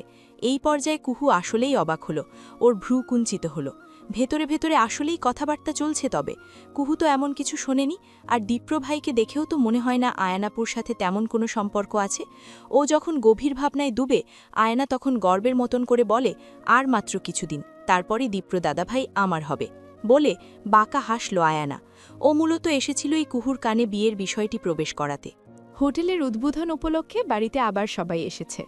সবাই বলতে রাত্রিদের বাড়ির সবাই। আর একটা উদ্দেশ্য আছে অবশ্য, ঠিক হয়েছে আবিরের বিয়ের একটা ব্যবস্থা করা হবে। রমিজের বাবা মা না থাকায় সবকিছু এখান থেকেই করা হবে।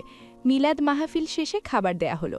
খাবার খেতে খেতে আবির বলল, মামি, একদম সেরা হয়েছে, তুমি এমনিতেই ভালো রান্না করো, আজ আরও ভালো লাগছে। আমি একটা বিষয় ঠিক করলাম, যদি আমার ভাগ্যে বিয়ে থাকে তবে সব খাবার তোমার এই হোটেল থেকে অর্ডার করব। এ কথায় হাসলেন ববিতা, বললেন, সেটা দেখা যাবে, আগে সব ঠিকঠাক চলুক। তোরা তো আগেও খেয়েছিস, বাকিদের পছন্দ হবে কিনা? কেন হবে না, এত ভালো রান্না, না হয় উপায় আছে। ওনাকে থামিয়ে দিয়ে বলে উঠল দীপ্র।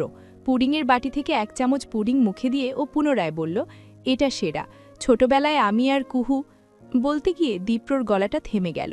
কণা বলল, তুমি আর আপু? কি দীপ্র ভাইয়া? দীপ্রর মাঝে দোটানা ছিল, ও সেটা ভেঙে হাসল, বলল, মামির হাতের পুডিং আমাদের খুব পছন্দ ছিল, কুহুকে নিয়ে আমি লুকিয়ে লুকিয়ে খেতাম। দীপ্র নিজের আড়ষ্টতা ভাঙল। কুহু বসাই ছিল, ও ড্যাব ড্যাব করে চেয়ে রইল। কণা বলল, আসলেই এসব সত্যি? হ্যাঁ, ওরা দুজনেই পুডিং খুব পছন্দ করত। জবাবটি দিলেন ববিতা। পুনরায় বললেন, তোরা খাওয়া দাওয়া কর, আমি ওদিকটায় দেখি, লোকজন আসতে শুরু করেছে। চলে গেলেন তিনি। আবির খাবার চিবোতে চিবোতে নিচু সুরে বলল, ভাই, আমার কিন্তু ভয় হচ্ছে। ভয় কেন? পরশু ওদের বাসায় যাব, ওর বাপ যদি ঝামেলা করে? ঝামেলা করবে না, আর করলে আমরা আছি না, কি করব? মেয়ে ভাগিয়ে আনব? দরকার পড়লে সেটাই করব, বলে পিঠ চাপড়ে দিল দীপ্র। আবির ছোট করে নিঃশ্বাস ফেলল। ওদের কথোপকথনের মাঝেই রিকশা এসে থামল। রাত্রি আর কুহু চলে গেল স্কুলের বাচ্চাদের জন্য খাবার নিয়ে। আজ ওদের জন্য ফ্রি খাবারের আয়োজন করা হয়েছে। নিশ্চয়ই বাচ্চারা অনেকদিন পর টিফিনে তৃপ্তি নিয়ে খাবে। আদতে সবটা সহজ মনে হলেও সবটা সহজ নয়। গতকাল সবাই থাকায় ববিতা বিষয়গুলো সেভাবে ধরতে পারেননি। আজ মনে হলো মাথার ওপর আকাশ ভেঙে পড়েছে। কুহুকে যেতে হয়েছে ভার্সিটি। কণাটার শরীর ভালো না, গতকাল কাজ করে আজই অসুস্থ হয়ে পড়েছে। তিনি যখন সব সামলে দিয়ে এসে ক্লান্ত হয়ে বসলেন, জেবা বললেন, খুব চাপ লাগলে করিও না। উপায় নেই আপা, করতেই হবে। আর কদিন পর সামলেও উঠব, এখন একটু সমস্যা হচ্ছে। বুঝতে পারছি, জানি তুমি পারবে, বলে বসলেন জেবা। এই মুহূর্তে ববিতার দরকার একটু ভরসা। এই ভরসাই তাকে অনেকটা দূরে নিয়ে যাবে। দেখতে দেখতে 4টে দিন চলে গেল। এরই মধ্যে বাড়ির বড়রা গিয়ে আবিরের বউ দেখে এসেছে। আবিরের যে ভয়টা ছিল, সেই ভয়টা এখন আর নেই। বিয়ের কথা অনেকটাই ফাইনাল হয়ে এসেছে। এখন দিন তারিখ দিয়ে এলেই হলো। এরই মধ্যে সকাল সকাল ঘটল আরেক ঘটনা। কুহু আর রাত্রি যখন বাগানে পানি দিচ্ছিল, তখনই বাড়ির বাইরে একটা গাড়ি এসে থামল। গাড়ি থেকে বের হয়ে এলো একটি সুদর্শন পুরুষ, আর পুরুষটির নাম অরণ্য। এ আবার কে? জবাবে রাত্রি ছোট করে বলল, দীপ্র ভাইয়ের বন্ধু, অরণ্য ভাইয়া। একে আগে দেখেনি কুহু, ও চেয়ে রইল। বাড়ির ভেতর থেকে বেরিয়ে এসেছে দীপ্র, এসেই অরণ্যকে জড়িয়ে ধরল। দুই বন্ধুর জড়িয়ে ধরা দৃশ্যটি দেখে নিয়ে কুহু বলল, উনি হঠাৎ এখানে? জানি না তো, আমি ভেতরে যাই কুহু, তুই থাক, বলে দ্রুত পা চালিয়ে চলে গেল রাত্রি। কুহু কয়েক সেকেন্ড চেয়ে রইল। সহসাই অরণ্যর দৃষ্টি পড়ল এদিকে। অদূর থেকে দীপ্র বিড়বিড় করে বলল, ও হলো কুহু, আমার কাজিন, মানে আমার না হওয়া বউ। রাত্রি আজ সারাদিন বের হয়নি, নিজের কক্ষেই ঘাপটি মেরে আছে। কুহু সেটা লক্ষ্য করেছে, তবে বুঝতে পারছে না কেন এমন করছে। অরণ্যর সাথে কুহু কণার কথা হয়েছে। ছেলেটা ভীষণ ভালো। ওরা জেনেছে অরণ্য আর দীপ্র একই দেশে থেকেছে, তবে শহরটা আলাদা। অরণ্য আসার সময় অনেক কিছুই এনেছে। কুহুকে একটা ল্যাপটপ দিয়েছে। এটা নিতে গিয়ে কুহুর খুব দ্বিধা ছিল। তখন ফট করে দীপ্র বলল, আমি আনতে বলিনি, ও নিজ থেকেই এনেছে, নিতে পারিস। এ কথার পর কুহুকে থামতে হয়েছে। তাছাড়া অরণ্য এত মিশুক যে বাড়ির সবাই ওর ওপর ফিদা হয়ে আছে। মাও নিতে বলেছে। ল্যাপটপটা বেশ ভালো মানের, কুহুর আসলেই কাজে লাগবে। শেষবার ল্যাপটপ কেনার জন্য ও টাকা জমাচ্ছিল, কিন্তু কেনা হয়নি আর। কুহু ভেতরে ভেতরে খুশি হয়েছে। টুকটাক কাজ সে পারে। কতক্ষণ ল্যাপটপ নিয়ে ঘাটাঘাটি করতেই কণা এসে হাজির। ও দাঁত কেলিয়ে আসতেই কুহু বলল, বুঝেছি, একটা মুভি দেখব আপু, একটাই। আচ্ছা দেখ, তবে উল্টোপাল্টা কিছু করিস না আবার। আরে না, আমি কি গর্ধব নাকি? টুকটাক আইডিয়া আছে। কুহু ওর কাছে ল্যাপটপ রেখে এলো রাত্রির ঘরে। দুপুরের খাবারটি সে ঘরেই খেয়েছে। বাহানা দিয়েছে অসুস্থতার। এখন শরীর কেমন? জড়সড় হয়ে বসেছিল রাত্রি। কুহুকে দেখে একটু চমকালো। তুই? কি হয়েছে তোমার? রাত্রির চোখে দ্বিধা। কুহু ওর পাশে বসল। কয়েক সেকেন্ড মৌন থেকে বলল, অরণ্য ভাইয়াকে নিয়ে সমস্যা। রাত্রিকে বলবে বুঝল না। ও অসহায় চোখে তাকালো। আমি তো একেবারে বাচ্চা না রাত্রিপু। মেয়েটি হার মানল। ছোট করে বলল, তোকে তো প্রায় সব বলি কুহু, এটা বলা হয়নি। অরণ্যর সাথে আমার একটা সম্পর্ক ছিল। কুহু অবাক হলো না। ও কিছু একটা বুঝতে পারছিল, তবে নিশ্চিত ছিল না। ছিল? এখন নেই? না, ব্রেকআপ হয়েছে কিছুদিন আগে। কেন? শুধু শুধু ওকে যা নিষেধ করি তাই করে। আমার সম্পর্কের বিষয় লয়াল। আমার ভয় হয়, ও থাকে বাহিরের দেশে, এত মেয়েদের সাথে মেলামেশা করে। বল, আমার ভয় লাগবে না? কুহু কিছু বলল না। রাত্রি ছোট করে বলল, কিন্তু ও হুট করে এখানে কেন এলো বুঝলাম না। সেই জন্যই তুমি চিন্তায়? বলতে পারিস, আমার আসলেই কিছু ভালো লাগছে না, আমি মুভ অন করতে চাই। বলে রাত্রি হতাশার নিঃশ্বাস ফেলল। কুহু কিছু বলতে পারল না, শুধু চেয়ে রইল রাত্রিপুর দিকে। দীপ্রর সাথে কুহুর আড়ষ্ঠতা ভেঙেছে অনেকটাই। সেই সাহস থেকেই বোধহয় দীপ্রর কক্ষে এসেছে ও। রাত্রিপুকে চিন্তায় দেখে ওর ভালো লাগছে না। দীপ্র ওকে বসিয়ে রেখেছে প্রায় 10 মিনিট হতে চলল। কুহু বড় বিরক্ত হল। মিনমিনে সুরে বলল, আমি কিন্তু কিছু জিজ্ঞেস করতে এসেছিলাম। ল্যাপটপ নিয়ে সারাক্ষণ কি যে করছে দীপ্র, হয়তো ব্যবসার কাজ। কুহুকে যেন এক প্রকার ভুলেই গিয়েছে। কণ্ঠ পেয়ে কেমন হাবুলের মতন চেয়েছে। ও হ্যাঁ, শুনছি, বল।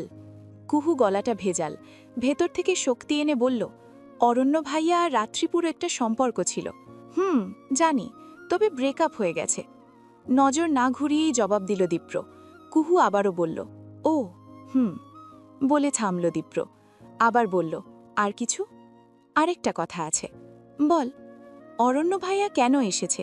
আপুর সাথে মিটমাট করতে? না। না বলায় কুহুর মুখটা চুপসে গেল। ও চাচ্ছিল দীপ্র ভাই বলুক, হ্যাঁ মিটমাট করতে এসেছে, কিন্তু তেমন হলো না। অরণ্যর সাথে আমার একটা পার্টনারশিপ হবে। আমি তো বিদেশে সেটেল আর হব না, তো ওর কাছে সব ছেড়ে দেব, সেই জন্যই এসেছে। আপনি আসলেই যাবেন না? বিস্ময়ের সাথে শুধালো কুহু। দীপ্র ছোট করে বলল, যাব না আর। কুহু আর কিছু বলতে পারল না, উঠে চলে এলো। দরজার কাছে এসে আবার ফিরে এলো। আরেকটা কথা বলবো? মেয়েটির কণ্ঠে দ্বিধা। চাইল দীপ্র। কুহুর দিকে আজকাল খুব একটা চায় নাও, দৃষ্টি আড়াল করে, যাতে কুহু সহজ হতে পারে। জবাব দেয় দীপ্র। কুহু মিনমিন করেই বলে, অরণ্য ভাইয়ের সাথে রাত্রিপুর সম্পর্কটা ঠিক করা যায় না? কয়েক সেকেন্ড মৌন থেকে দীপ্র বললে, সেটা হলে আমিই খুশি হতাম, কিন্তু ওরা নিজ থেকে না চাইলে তো সম্ভব না। সেটাও ঠিক। বলে মন খারাপ করে যেতে নিচ্ছিল কুহু। দীপ্র ডেকে উঠল, শোন। পেছন ফিরল কুহু। দীপ্র বসা থেকে উঠে এসে ওর কাছাকাছি হলো। একটা জিনিস।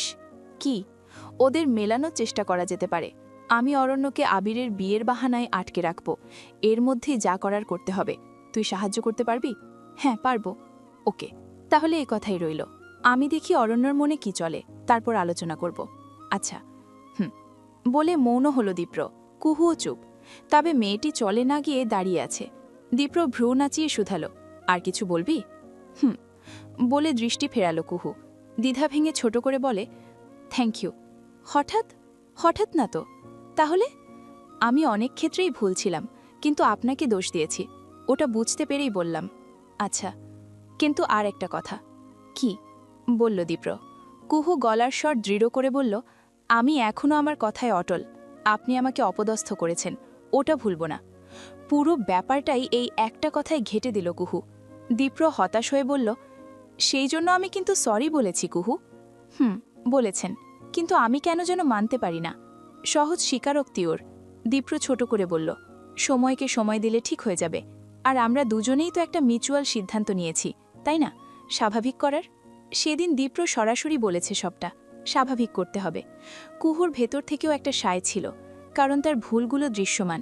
তাছাড়া নিজের ভেতরে একটা ভয়ও কাজ করে। বিষয়টা জানাজানি হলে সত্যিই মুখ পাবে না কুহু। সেসব ভেবে ছোট করে নিঃশ্বাস ফেলতেই হনহনিয়ে কক্ষে প্রবেশ করল আয়ানা। ওদের দুজনকে দেখে ভ্রু কচিত করল। আয়ানা, বলল দীপ্র। মেয়েটির মুখশ্রী আকাশের সবটুকু মেঘ ধরে রেখেছে যেন। দীপ্র চেহারায় একটা কঠিন ভাব এনে বলল, নক করে আসতে হয়, জানিস না? একটা অপমান মেয়েটিকে সপাটে চর বসালো। ও ঠোঁট কামড়ে বলল, সরি।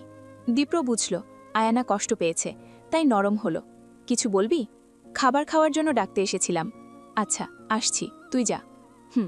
বলে চলে গেল আয়ানা। ওর যাওয়ার পানে চেয়ে কুহু চিন্তায় পড়ল। আয়ানাপু এই রাগ তার ওপর না ওঠালেই হলো। রাত্রিকে রাতের খাবারে আসতে হয়েছে। বাড়িতে এত মানুষ যে এক টেবিলে জায়গা হচ্ছে না। শেষমেশ ঠিক হলো ওদের বাড়ির মাঝে যে বাধাই করা ওঠানের মতন জায়গা আছে, ওখানে মাদুর বিছিয়ে খাওয়া দাওয়া হবে। ছোটবেলায় বাচ্চাদের এভাবেই বসিয়ে খাওয়াতো। বিষয়টা বেশ মজাদারও। কুঞ্জ হই হই করে মাদুর নিয়ে এলো। কণা মাদুর বিছিয়ে দিল। আমি আগে বসবো বলে লাফিয়ে বসে পড়ল কুঞ্জ। আবিদা ছেলেকে শাসনের মতন করে বললেন, খাওয়ার সময় এভাবে ছুটোছুটি না কুঞ্জ, ভদ্র হয়ে থাকো। আমি তো ভদ্রই, ভদ্র না বলো কনাপু? কণা হেসে বলল, বাড়ির নারী সদস্যরা খাবার এনে রাখছেন, উঠানের একপাশে কতগুলো বেঞ্চের মতন রাখা, ওখানেই বসে আছে রাত্রি আর কুহু। রাত্রির বুকের ভেতর কেমন ধিম ধিম করছে। রাত্রিপু, বলো কুহু। রাত্রি যেন ক্লান্ত, তাকে বিষণ্ণতা চেপে ধরে আছে। কুহু ভনিতা ছাড়াই বলল, তুমি কি সবটা স্বাভাবিক করতে চাও? না রে কুহু, ওর সাথে আমি সুখী হব না। ও আমাকে আসলে ভালোই বাসে না। ভালোবাসলে আমি ব্রেকআপ করার পর ঠিকই খোঁজ নিত, কিন্তু নিল না। খুব ইগো বেয়াদবটার। জবাবে কিছু বলতে নিচ্ছিল কুহু, তবে ওকে আটকে দিল অরণ্য আর দীপ্রর আগমন। আবির আগে থেকেই উপস্থিত আছে। দীপ্র আর অরণ্য ওর সাথে গিয়ে বসল। জেবা প্লেটে না দিয়ে রাত্রি আর কুহুকে উদ্দেশ্য করে বললেন, কিরে তোরা আয়। ওদেরকেও এবার উঠতে হলো। আয়ানা একটু আগেই এখানে এসে বসেছে। ওর পাশ ধরেই বসল রাত্রি আর কুহু। কণা বসেছে অন্য দিকটায় কুঞ্জকে সাথে নিয়ে। রাত্রি, কুহু, একটু তোরা খাবার বেড়ে দে তো, আমি ওদিকে যাই, বসে আছে সবাই, বললেন ববিতা। সারা দিন হোটেল সামলে এখন সংসারেও তিনি ঘোড়ার মতন দৌড়াচ্ছেন। মায়ের এমন গতি কুহুকে অবাক করে। তিনি না থাকলে সত্যিই ভেসে যেতে হতো। কুহু আর রাত্রি উঠে গিয়ে খাবার পরিবেশন করতে লাগল। তবে বিপত্তি হলো অরণ্যর বেলায়। খাবারের বাটি কুহুর হাতে ধরিয়ে দিয়ে রাত্রি বলল, তুই দে তো, আমি পানি নিয়ে আসি। পানির জগ নিয়ে উঠে গেল রাত্রি। অরণ্য স্বাভাবিকভাবেই বসেছিল, কথা বলছিল দীপ্র আর আবিরের সাথে। রাত্রির কণ্ঠ পেয়ে ফট করেই নজর ফেরাল, যদিও পুরোপুরি দেখতে পেল না। সাইরের মুখোমুখি পড়তেই হলো। ও থমথমে ভাবে বলল, আমাকে এখনো ক্ষমা করা যায় না? না, যায় না। প্লিজ কুহু। সাইর, আমি বলেছি আমার সামনে না আসতে। তুই কেন বুঝিস না ভাই, তোকে ভালোবাসি। এই কথাগুলোর জন্যই আমার বিরক্ত লাগে, তোকে বলে বলে ক্লান্ত। ওকে পাশ কাটিয়ে চলে গেল কুহু। সাথেই ছিল লাবিবা। ওর দিকে অসহায় হয়ে চাইল। একটা কথাও না, তোর জন্য আমি আর কিচ্ছু করব না। লাবিবা, তুই তো বোঝ একটু। কিছু বোঝার নেই, বলে লাবিবাও চলে গেল। সায়ের নিসঙ্গ হয়ে বসে রইল, তার সবটা এলোমেলো লাগছে। কুহুর সাথে চা খেয়ে বেরোতে নিচ্ছিল লাবিবা। ঠিক তখনই লাবিবা বলে উঠল, এই কুহু, ওটা তোর কাজিন না? কুহু ওর কথায় দৃষ্টি ফেরাল, দেখল দীপ্রভাই দাঁড়িয়ে ফোনে কথা বলছেন। উনিই তোর, তাই না? ভাই, ছবির থেকেও সুন্দর। এ কথা বলতেই কুহু তাকালো লাবিবার দিকে। ও মেকি হেসে বলল, আসলেই ভাই, এমন একজনকে রিজেক্ট করছিস তুই? আমি না, আমাকেই করেছেন। ধুর, কি যে বলিস তুই, পালাবি এটা জেনেই তো করেছে, না হলে কখনোই করত না। কে জানে, যাকে ওসব কথা। উনি হলো আয়ানাপুর প্রেমিক। মুখটা খারাপ করাবি না, তোর এই কাজিনকে পেলে আমি আসলেই চড় দেব। ওর কথায় হিসে ফেলল কুহু, বলল, আরে তুইও না। আমি কি, ওই মেয়ের জন্যই সব এলোমেলো হলো। থাক, বাদ দেই, চল আমরা যাই। বলে সামনের দিকে এগোতে যাচ্ছিল কুহু, তখনই দীপ্রর ডট কানে এলো। কুহু। ও ভেবেছিল দীপ্রভাই বুঝি অন্য কাজে এসেছেন, কিন্তু এখন দেখা যাচ্ছে তিনি এদিকে এগিয়ে আসছেন। কুহু চোখ ছোট ছোট করে চাইল। কি ব্যাপার বলতো, ওনার সাথে তোর মিটমাট হয়েছে নাকি? নাকি আবার আমাকে ধরবে? আমার তো ভয়টয় লাগছে রে। আরে তেমন না, মিউচুয়াল একটা ডিসিশনে এসেছি। আলটিমেটলি ভুল তো আমি কম করিনি। কুহু আজকাল নিজের ভুলগুলো স্বীকার করে চলেছে, অথচ আগে একদমই করত না। উল্টো ইনিয়ে বিনিয়ে দীপ্রকেই দোষ দিত। দীপ্র কাছাকাছি চলে আসায় ওরা আর কথা এগোলো না। কুহু বলল, এখানে আপনি? তোকে নিতে এসেছি। পুরোই অবাক হলো কুহু। লাবিবা একটু খুশিই হলো, বলল, আমি যাই রে কুহু, পরে কথা হবে। বলে লাবিবা চলে গেল, একদমই সময় দিল না। কুহু সেদিকে চেয়ে বলল, চলে গেল? কথা বাড়াতেই দিল না। লজ্জা পেয়েছে বোধহয়। লজ্জা কেন পাবে? বিস্ময় নিয়ে শুধালো কুহু। দীপ্র বলল, তোকে পালাতে সাহায্য করার কথা ছিল যে। ব্যাপারটা মনে করে কুহু বলল, ও সেটাও কথা, আমিই ভুলে গিয়েছি। শোন এবার। কুহু তাকালো, বলল, কি? রাত্রি আর অরণ্যর বিষয়ে ভেবেছি, আমার একটা প্ল্যান আছে। কি প্ল্যান? যেতে যেতে বলি। গাড়ি নিয়ে এসেছে দীপ্র। গাড়িখানা দেখে কুহু বলল, আপনার গাড়িতে যাব না। গাড়ি আবার কি সমস্যা করল? সমস্যা না, পরে আবার আমাকে বকা খেতে হবে। আয়নাপু আমার চুল ছিঁড়বে। একটু রসিকতার মতন করেই বলল কুহু। দীপ্র ঠোঁট কামড়ে বলল, আজব কাহিনী। মজা করে বললাম। বুঝেছি। কুহু গাড়িতে উঠে বসল। দীপ্র একটা বিষয় খুশি, কুহু আগের মতন চঞ্চলতা ফিরে পাচ্ছে, ভালোভাবে কথা বলছে। অরণ্য ভাইয়া আর রাত্রি আপুর ব্যাপারটা? ও হ্যাঁ, বিয়ের প্রস্তাব আনতে হবে। বুঝলাম না।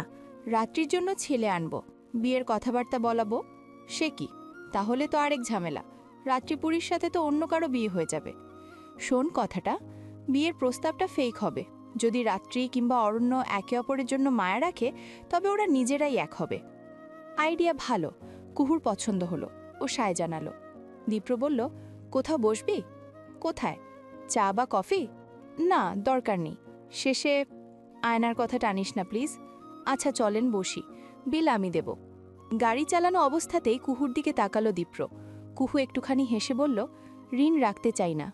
ও, কিন্তু আমাকে ঋণী করতে চাচ্ছিস? বলতে পারেন। ঠিক আছে, হলাম ঋণী। সময় হলে শোধে আসলে ফেরত দেব। হোটেলের কাজে দীপ্র কুহুর দূরত্ব কমেছিল। রাত্রি অরণ্যের বিষয়টা আসায় তা আরও অনেক নেমে এসেছে। এটা বোধ করি সবার আগে খেয়াল করলেন ববিতা। তিনি দ্বিধায় আছেন, ভাবছেন মেয়ের সাথে খোলামেলা আলোচনা করবেন কিনা। একটু ভয়ে আছেন তিনি।